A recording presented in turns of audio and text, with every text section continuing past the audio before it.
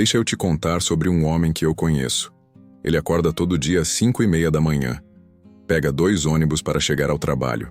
Passa 8 horas na função. Volta para casa às 7 da noite. Janta, assiste televisão por 40 minutos, dorme. E repete isso 5 vezes por semana há 15 anos. Ele não é preguiçoso. Não é irresponsável. Não é burro. Ele é esforçado, honesto e dedicado.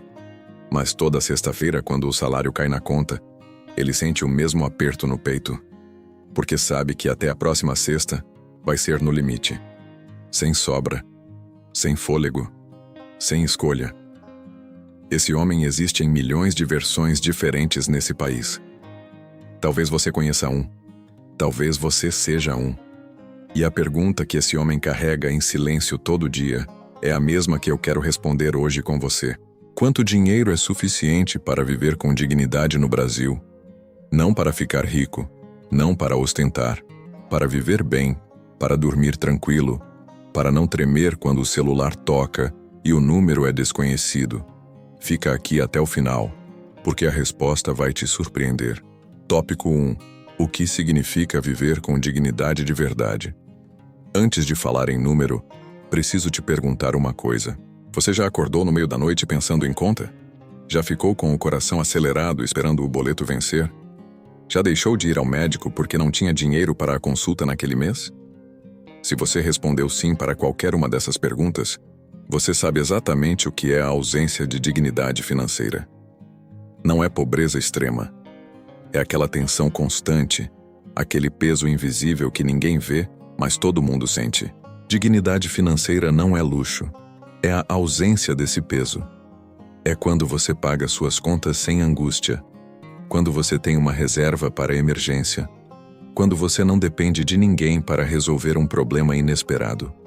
Quando você consegue comer bem, se cuidar, descansar e ainda guardar um pouco para o futuro sem sentir que está roubando do presente. Isso parece simples, mas segundo o IBGE, 38% dos brasileiros não conseguem pagar todas as contas no final do mês, e 52% afirmam que uma despesa inesperada de R$ 500 seria suficiente para desestabilizar completamente o orçamento familiar. R$ 500, metade de um salário mínimo. Isso é tudo que separa mais da metade do Brasil da crise. Então, quando eu falo em dignidade, estou falando de ter margem, de ter fôlego, de não viver no fio da navalha todo mês. Tópico 2. O número real que o governo não divulga. Agora vamos ao número. O número real, sem maquiagem, sem eufemismo. O DIESE, Departamento Intersindical de Estatística e Estudos Socioeconômicos, calcula todo mês o que ele chama de salário mínimo necessário. Esse é o valor que uma família de 4 pessoas precisaria para cobrir alimentação, moradia, saúde, educação, vestuário, higiene, transporte, lazer e previdência com dignidade básica. Em 2024, esse número passou de R$ 6.800 por família. Agora compara isso com o salário mínimo oficial, R$ 1.412. A diferença é de quase 5 vezes. 5 vezes. Isso significa que o governo chama de mínimo algo que o próprio DIESE demonstra ser insuficiente até para o básico. E não estamos falando de viagem internacional. Não estamos falando de carro do ano. Estamos falando de comida, remédio, escola, transporte. As coisas mais elementares da vida humana. Dividindo o número do DIESE por 2 adultos trabalhadores, chegamos a R$ 3.400 por pessoa, sendo que a maioria dos trabalhadores brasileiros ganha menos que isso. Mas atenção, esse número muda dependendo de onde você mora, do tamanho da sua família, se você paga aluguel ou tem casa própria. E é aí que a conta fica interessante, porque dignidade financeira não é universal, ela é sua. Tópico 3. A conta, que ninguém ensina na escola. Existe uma metodologia que economistas e consultores financeiros usam há décadas para organizar o orçamento com inteligência. É chamada de regra 50-30-20, e ela é tão simples que você consegue aplicar hoje à noite, com papel e caneta. 50% da sua renda vai para necessidades. Aluguel, mercado, transporte, contas de água, luz, internet, plano de saúde. Tudo que é essencial para funcionar. 30% vai para a qualidade de vida. Lazer, restaurante de vez em quando, roupas, viagem, hobby, streaming. Coisas que fazem a vida ter sabor. 20% vai para o futuro. Reserva de emergência, investimento, previdência. Dinheiro que constrói a sua liberdade. Agora aplica essa conta na realidade de quem mora em São Paulo. Aluguel em zona periférica, R$ 1.200. Mercado para uma pessoa, R$ 700. Transporte, R$ 300. Contas básicas de água, luz e internet, R$ 250. Plano de saúde básico, R$ 250. Só nas necessidades já foram R$ 2.700. Isso representa os 50% da renda. Então, para fechar a conta com os outros 50%, essa pessoa precisaria de R$ 5.400 por mês para viver com dignidade em São Paulo. Em cidades menores do interior, esse número cai. R$ 3.000 a R$ 3.500 podem ser suficientes dependendo do custo de moradia local. Mas a estrutura da conta é a mesma. O problema é que a maioria das pessoas nunca fez essa conta. Elas chegam no fim do mês sem entender por que o dinheiro sumiu. E a resposta está aqui. Não em cortar o cafezinho. Está em não saber quanto você realmente precisa antes de saber quanto você realmente ganha. Tópico 4. Por que quem ganha mais ainda se sente apertado? Aqui vem uma das verdades mais incômodas sobre dinheiro. Pesquisa da Fundação Getúlio Vargas mostrou algo que parece absurdo, mas faz todo sentido. Pessoas com renda de R$ 2.000 acham que precisam de R$ 5.000 para viver bem. Pessoas com R$ 5.000 acham que precisam de R$ 12.000. E pessoas com R$ 12.000 acham que precisam de R$ 25.000. Isso tem nome. Chama-se adaptação hedônica. É a tendência do ser humano de se adaptar rapidamente a um novo padrão e logo passar a sentir que aquilo não é mais suficiente. O carro novo vira o carro normal. O apartamento que era o sonho vira o apartamento que já precisaria ser maior. O salário que parecia muito logo passa a parecer pouco. É um ciclo sem fim. E a maioria das pessoas não percebe que está dentro dele. Isso explica por que tem gente que ganha R$ 15.000 por mês, tem carro importado, mora em apartamento decorado e ainda se sente financeiramente sufocada no final do mês. E tem gente que ganha R$ 3.500, mora em casa simples, anda de transporte público e tem reserva de emergência, investe todo mês e dorme tranquila. A diferença entre essas duas pessoas não é o salário, é a clareza sobre o que realmente importa. Quem não tem essa clareza vai passar a vida inteira correndo atrás de um número que nunca chega, porque a linha de chegada sempre vai se mover um pouco mais para a frente. Tópico 5. O vilão invisível, que estoura todo o orçamento. Existe um conjunto de despesas que quebra o orçamento de famílias inteiras no Brasil. E o pior, são gastos que não são surpresa nenhuma.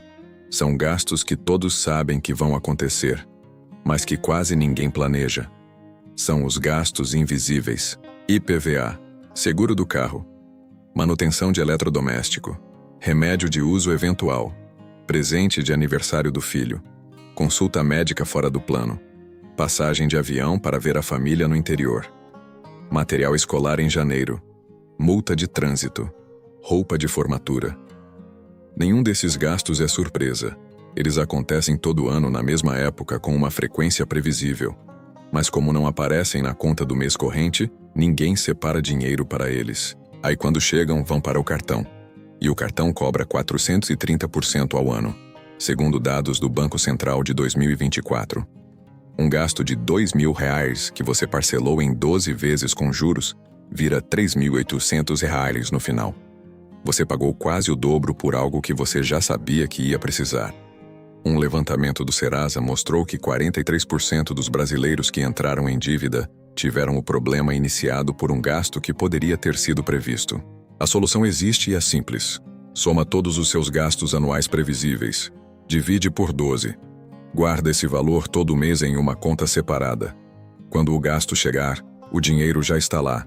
Sem cartão, sem juros, sem desespero, sem aquela sensação de que o chão caiu. Tópico 6. Qual é o seu número de dignidade? Chegou a hora de montar sua conta. Porque dignidade financeira não tem um número universal. Ela tem um número seu. E você precisa saber qual é ele antes de tentar alcançá-lo. Primeiro passo. Anota todas as suas necessidades reais. Não o que você gostaria de ter, o que você precisa para funcionar. Moradia, alimentação, saúde, transporte, escola dos filhos se tiver. Some tudo. Esse é o seu piso. Abaixo dele, não existe dignidade. Segundo passo. Define seus gastos de qualidade de vida. O que faz sua vida ter prazer? Uma saída por mês, um hobby, um streaming, uma refeição fora de vez em quando. Não elimina tudo porque vida sem prazer vira martírio. Mas seja honesto sobre o que realmente te dá satisfação versus o que você consome por impulso ou hábito. Terceiro passo. Calcula sua reserva de emergência.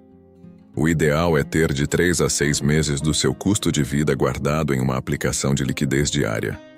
Esse é o colchão que te protege de demissão, de doença, de qualquer imprevisto, sem precisar pedir dinheiro emprestado para ninguém. Quarto passo. Define quanto vai investir todo mês, mesmo que seja R$100, mesmo que seja R$50. O que importa no começo não é o valor, é o hábito, porque o investimento não é o que sobra, nunca foi, é o que sai primeiro, antes de qualquer outro gasto. Some esses 4 blocos. O número que aparecer é o seu número de dignidade financeira, não o do seu vizinho, não o do influenciador que você assiste, o seu. E se sua renda atual não cobre esse número, você tem 2 caminhos. Reduz os gastos eliminando o que não agrega valor real à sua vida. Ou aumenta a renda buscando novas fontes. O ideal é fazer os 2 ao mesmo tempo, com calma, com estratégia, sem desespero. Lembra do homem que eu te apresentei no começo? O que acorda às 5h30, pega 2 ônibus, passa o dia trabalhando e chega em casa com o mesmo aperto no peito toda sexta-feira? Eu quero te dizer uma coisa sobre ele. O problema dele não é que ele ganha pouco. O problema é que ninguém nunca sentou com ele e explicou o quanto ele precisa, para que ele precisa e como chegar lá. Ninguém ensinou isso para ele. E ninguém ensinou para você. A escola ensina tabuada, ensina história antiga, mas não ensina a fazer um orçamento. Não ensina a diferença entre ativo e passivo. Não ensina o que é juros compostos. Não ensina como construir uma reserva de emergência do zero. Esse vídeo não resolve tudo. Mas ele começa a conversa que precisava ter começado há muito tempo. Dignidade financeira não é ter muito. É ter o suficiente com clareza, com controle e com direção. É acordar na segunda-feira sem aquele nó no estômago. É pagar uma conta inesperada sem entrar em pânico. É saber que, independente do que aconteça, você tem um colchão. Você tem tempo. Você tem escolha. O suficiente não é um número alto. É o número certo. O seu número. E ele começa a ser construído hoje, com a decisão de parar de viver sem saber quanto você precisa. Se esse vídeo fez sentido para você, comenta aqui, eu quero o suficiente. Compartilha com alguém que ainda está correndo atrás do número errado.